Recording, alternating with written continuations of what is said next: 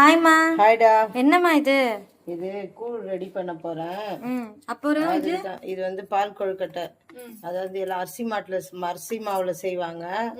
அம்மா வந்து ராகியும் கம்பும் சேர்த்து அரைச்சி வச்சிருக்க இல்லையா கூழுக்கு, அதுதான் கொஞ்சம் போட்டு உனக்கு கொஞ்சோண்டு பால் கொழுக்கட்டை செய்யலாம். கொழுக்கட்டை ஆனால் ஷேப் மட்டும் வித்தியாசமா இருக்கும். நல்லா நமக்கு அது வேகணும். நல்லா கொஞ்சம் தெரியுதா, கலரே வித்தியாசம் இருக்குதா?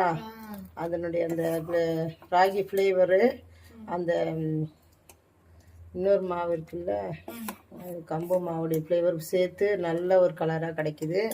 இப்போ இதுக்கும் வந்து ராகி மாவு கொஞ்சமாக தான் கரைச்சி வச்சுருக்கேன். அது நல்லா சூடானோடனே சாதத்தோட அது சூடாயிடுச்சா ஊற்றி கிண்டிகிட்டே இருக்கணும். நல்லா வேகணும் மாவு.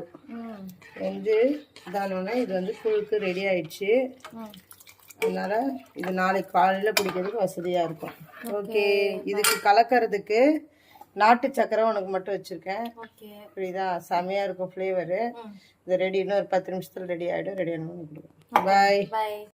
ரெடி ஆயிடுச்சுங்க பாரு. உனக்கு நாட்டு சக்கரை போட்டிருக்கேன். அந்த ஃப்ளேவர் எவ்வளோ அழகாக இருக்குது பாரு. கலர் இன்னும் மாறிச்சா டார்க்கா? இது பாரு. இது வந்து நான் சர்க்கரையே போட மாட்டேன். எது இருந்தாலும் சர்க்கரை இல்லாமல் தான் குடிப்பேன். எனக்கு இது லைட்டாக இருக்குது. அங்கே பாரு, அப்படியே அந்த கூழும் அழகாக கொதிச்சு வந்துருச்சு.